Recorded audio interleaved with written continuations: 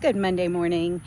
I'm trying to get a run in this morning. This is what happened last week. I took my kids camping at Dinosaur Valley, which was fantastic and just such a good time. We stayed at campsite 11, which is a great campsite, but I think next time we will stay at campsite 18 because we like to be more secluded from our neighbors, and it also has a good view of the river. But we were walking through the river, and of course I forgot my baby's life jacket or floaties, and so I had to walk with him. And he wants to do what the older kids do when they're walking up and down the river, riding on the tiny little rapids, and he wants to do that too, but I forgot his floaties. And they do have life vests there, but we missed all of the life vests that were for kids until the very end when we were leaving. Then we saw a million of them. That's how it goes. So here's my baby in this adult medium life jacket. He looks hilarious, but it really helped him when he fell on the rocks not to get hurt. So the bottom of the river is limestone and it's very slippery. And the kids had water shoes, well, except for Jason and I, and the bottom of my shoes, the tread wasn't very good. And I fell a lot, and it was a lot of fun, but when you're sitting there, you can't take your eyes off your baby because you don't want anything to happen to him, and he's holding your hand, and you're like, you probably shouldn't be holding my hand because you're not falling, I'm falling, and when I fall, I take you down with me. Anyways, towards the end of it, when we're all really tired and it's time to go, and the kids, of course, begged me for a little bit longer in the river, and deep down, you should just go. I didn't. And so we're walking, and there's been lots of falls in the rocks in the river, and the last two falls I fell on my tailbone. The first one, it hurt pretty bad, but I was able to get back up. And the second one, I fell. And it's like I couldn't get back up, and where it just takes the breath out of you. And my sweet older son, who his heart just cares for people like no other, he comes running over to me. Mom, are you okay? And he's like, are you crying? I felt like I was crying a little bit, but I was like, no, I just can't breathe. And I literally couldn't get up. And so now I'm dealing with a bruised tailbone. So you plan to run when you're on a camping trip, but it doesn't really happen, especially since it started raining. So we get back to the tent, and I'm all prepared to grill some hot dogs, which, by the way, I forgot my propane tank, so that was a bummer. So it was just, this is how my camping trips go. Get back to the campsite and going to grill up the hot dogs. I don't have lighter fluid, so everything's wet from the night before. So I have to borrow it from a neighbor. They were so sweet. They gave me a long lighter, so I didn't have to use my matches. And then get the grill up, put the hot dogs on. It starts pouring. It was pouring rain. So we're eating cold hot dogs in our tent, and the rain is just coming down. And I was like, our fire's out. We look out the tent. There's a river underneath our tent. And I was like, well, I guess we'll just go to bed. So we watched a little YouTube, and it was sweet. It was a fun time, but it just was raining so hard that anytime I would go to sleep, it was like when you go to sleep and you jolt up. I did that, and I was like, because I thought I heard a machine gun. That's how loud the rain was on the tent. And then the rain was coming in the tent somehow. So we're getting wet. It was hilarious. And my dog, she's a princess. She hates camping. So she was miserable the whole time, except for when we went walking on the pavement. But the next morning, Jason and both, I guess we didn't want to say it that night, but he did say something that night. He said, Mom, do you think maybe we should just sleep in the car? And I was like, I think we'll be okay. They'll come and let us know if we need to leave. But we've had some severe flooding that we've dealt with recently in the past couple of years. Unfortunately, that's always in the back of your mind, and that we're on the river. And unfortunately, those thoughts do have to go through your mind. But we made it. But I do have a bruised tailbone. And I remember as a little girl, I hurt my tailbone, and I keep thinking to this day that I broke it. Now I know why, because it hurts pretty bad. I was like an old lady, but obviously I'm walking on the river with my kids, and they're like having fun, and they want me to have fun with them too. And after the second time I fell on my tailbone, I said, guys, I'm almost 40. This is a lot for me. And so I've been dealing with a bruised tailbone where it's like, when you bend down, you have to grab your knees first and then slowly bend down. It's been brutal, but it's starting to feel better. So I don't think I broke it or anything. And I Googled about a bruised tailbone. said can take up to 4 weeks to heal. It's like, oh man, I can't do 4 weeks of no running. So here I am. That was on Wednesday that happened. Here I am on Monday, and I did get a little run in. It was a lot slower pace, and I went a little further than I thought I was going to go, so I'm pretty satisfied about that. But I just don't. Anyways, we'll keep running, we'll keep training. God bless you. Oh, hello.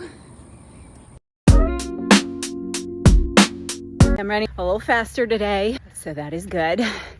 I just wanted to say that anybody who's going through what I'm going through, the Lord is near. He is close to the brokenhearted. That is real. The attacks are a sure thing.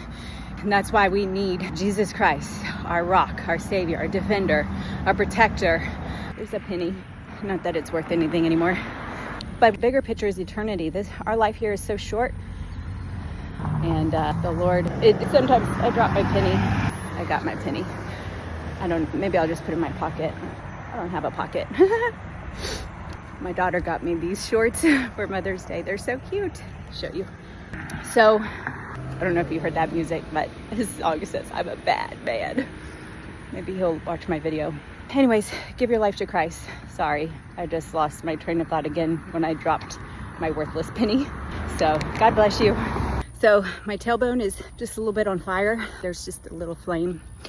But other than that, seem to be doing good. So unfortunately though, somehow I paused my watch. And so maybe a good quarter of a mile, half a mile, I'm not even sure. I didn't get it recorded on my watch. So that really eats me up inside. Maybe other runners, maybe you feel the same way when that happens. You're like, dang it, I ran that and it didn't get documented. Hello, welcome back to this journey with Tana, running across the globe, sharing the gospel, running 7 marathons in 7 continents in 7 days. Sounds crazy, I know, but I may just be crazy enough to do it. So I wanted to start, I'm going to be reading and going off the cuff. I really like to go off the cuff, but I need to make sure that my points are made. So we're going to be doing both today. What if I told you the hardest race I've ever run had nothing to do with miles? The Great World Race is 7 marathons in 7 continents in 7 days. It's a challenge that pushes the limits of the human body and mind. And I often get asked the question, have you run a marathon before? And it's a genuine, legit question. It really is. But the truth behind it is not if I've run a marathon before. It's what's inside of me that's gonna get me to the finish line. And that fire inside of me, oh, it's burning bright. I've been through too much in my life. See, long before I ever dreamed of running around the world, I was fighting different battles. I spent years trapped in addiction, in abuse, brokenness, fear, and survival mode. I know what it feels like to feel lost. I know what it feels like to wonder if life will ever get better. But by the grace of God, I have hope. My story hasn't ended in addiction. It hasn't ended in abuse. No, Jesus has a different story. God has rescued me. He is restoring me, and He has given me a new purpose. Today, I'm a runner. I'm a homeschool mom of 3 beautiful children, a wellness coach, and an advocate for women and children who are suffering and healing from abuse. Most importantly, I am a daughter of the one true King. You see, abuse doesn't always leave physical, visible bruises. No, doesn't always. Sometimes it leaves confusion, manipulation, fear. People feeling isolated, hopeless, and without a voice. People who were supposed to love them ended up hurting them on purpose and made them believe it was their fault. There are women and children all around us who are fighting battles most people never see. Some are trying to rebuild their lives. Some are trying to break free from addiction. Some are trying to heal from emotional, psychological, spiritual, and even litigation abuse. Some are simply trying to find hope again. And so that's why I'm running, and to bring hope for those who are suffering. And that hope is in Jesus Christ. That is the only person we have hope in is Jesus Christ and what he did on the cross for us. God says he will never leave us nor forsake us. I was reminded this morning as I reread the story about Meshach, Shadrach, and Abednego. I know I said that in a different order than you're probably used to. But they refused to worship Nebuchadnezzar. So they were thrown into the fire, the furnace that was so hot that the soldiers who threw them in there actually died as they got close to the fire. And Nebuchadnezzar said, "What? Look, they're walking around in there. And there's not just 3 of them, there's 4 of them." I have to say this, I was listening to a preacher and he said, 3 plus fire equals 4. I think that's what he said. But it was just funny how he said it because it's interesting. And Nebuchadnezzar said, and the 4th, he looks like a god. Because when we're walking in the fire, Jesus is right there with us. God is our protector. He is our defender. He is our rock, our shield, our banner. He goes before us. He has already won the battle for us. So put your faith in Jesus Christ. Getting back. See, I go off on tangents. But this is why I'm running, folks. This is why I'm running. The great world race is bigger than a personal goal. Actually, I don't even know if it is a personal goal at all. I'm just that determined in what I've been through. I am that determined in sharing the gospel. This is an opportunity to shine a light on the unseen battles that so many people face every single day. It's an opportunity to remind people that healing is possible. It is an opportunity to tell women and children who feel forgotten that they are seen, that they are valued, and most importantly, that they are loved by God. Through my ministry and coaching, my goal is to help people find hope, healing, and freedom, to help them strengthen their body, renew their mind, and walk confidently in the purpose God has for their lives. And most importantly, to run their race with endurance.